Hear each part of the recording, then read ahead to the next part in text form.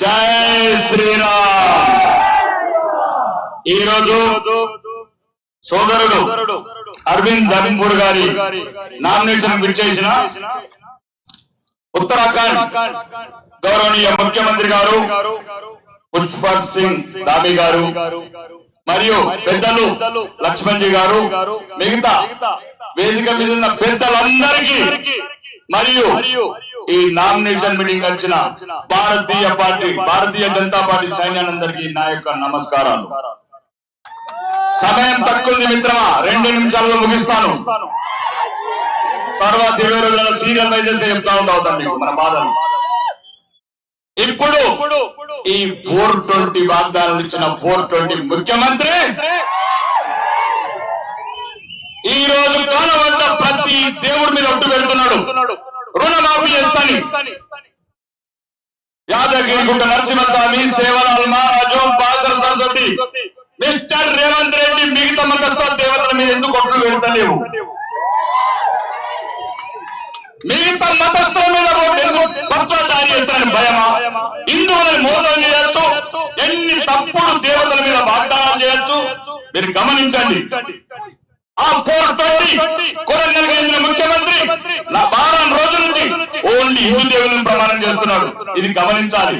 ఒకవేళ నీకు దమ్ముంటే, నీకు ధైర్యం ఉంటే, నువ్వు దక్షిణ తెలంగాణ బిడ్డగా అయితే దమ్ముంటే అల్లా మీదనో జీసస్ మీదనో ప్రమాణం చేయలేదండి. అప్పుడు నీ సంగతి తెలుస్తాడు.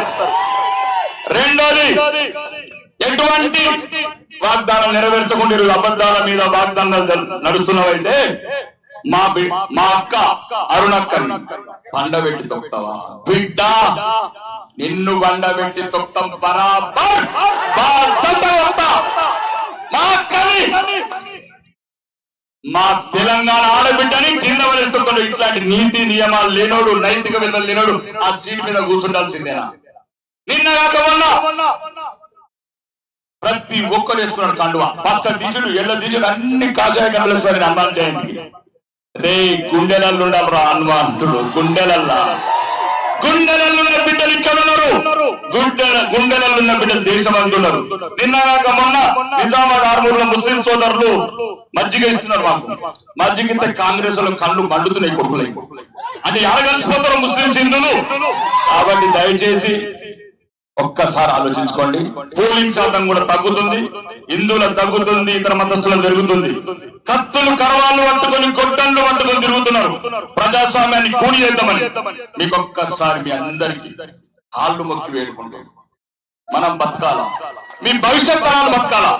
మేము బతకడం కాదు, మిమ్మల్ని బతికించుకోవాలా. భగవంతుడు ఆ శ్రీరామచంద్రుడు మా మీద పెద్ద బాధ్యత పెట్టాడు. ప్రతి ఒక్కరు పోలింగ్ ముందుకెళ్ళండి. మీ ఇంటి పక్కని తీసుకోండి, ఆకలి తీసుకోండి, ముసలు తీసుకోండి, పిల్లలు తీసుకోండి, పెద్దలు తీసుకోండి. ప్రతి ఒక్కరికి అయోధ్యలు ఎట్లయితే బాలరాముని ఒకసారి ఊహించుకోండి. ప్రతి ఈవీఎం మీద బాలరాముని ఊహించుకొని కమలం గుర్తు కోటేయండి. కమలం గుర్తు కోటేయండి. నరేంద్ర మోడీ గారు ప్రధానమంత్రి కావాలి చెప్తున్నారు. లేకపోతే ఆడొక్కడు వినాయక ప్లాట్ కొనుక్కోండి, ఇచ్చిపోయిన అందరికి మంచతందుకు. నేను ప్రధానమంత్రి అన్నారు. మీ ఆస్తులన్నీ లెక్కలు కట్టి ముస్లింలకు మంచతందుకు ప్రయత్నం చేస్తారు కాంగ్రెస్. ఎన్ని కోరుకుంటారు? ఓటు గురించి కోరుకుంటారు. ఇచ్చిపెల్లి కాడొక్కడు, కొరుట్ల కాడొక్కడు, కామారెడ్డి కాడొక్కడు ఏం చేసుకుని ప్లాట్లు వాళ్ళకి మంచతందుగా. కాబట్టి దయచేసి తర్వాత పెద్దలు మాట్లాడాల్సింది, మనం బతకాలా, మన ధర్మం ఉండాలంటే మనకి ఇంకొక గత్యంతరం లేదు. కమలం గుర్తే మన గమనం. నరేంద్ర మోడీ గారే మన తండ్రి లాంటి వాడు, దేశానికి ప్రపంచానికి దిక్కు. ఈరోజు సోదరుడు ధర్మపుర అరవింద్ గారు గెలిచి రేవంత్ రెడ్డి ఆ ఇద్దరు పాపం పెద్దోళ్ళకి ఇచ్చున్నారు. జగిత్యాల జీవన్ రెడ్డి టార్గెట్ పెట్టిండు, కోదన్ సుదర్శన్ రెడ్డి. ఇద్దరికి శాత కాదు పెద్దోళ్ళు. పాపం ఒకళ్ళకి ఢిల్లీలో మంత్రి పదవి రాంది, ఈయనకు మంత్రి పదవి ఆశను ముసలోళ్ళని ఇబ్బంది పెట్టు కాదు. రేవంత్ రెడ్డి మోసం చెయ్యకు. నిజామాబాద్ గడ్డాన్ని గుణపాఠం నేర్పింది బిడ్డ. ఇది మా గడ్డ. నిన్ను ఎట్టి పరిస్థితులు కూడా నిజామాబాద్ గడ్డ రానియం. మొన్నొక్క రోజు రాక వస్తే తాండవం, రైతులకు తుఫాన్లు, ఉరుములు, మెరుపులు, ఒక అవినీతి పరుడు, ఒక అరాచకవాది, అహంకారి నిజామాబాద్ గడ్డ మీద అడుగు పెడితే అంత అరాచకం జరిగింది.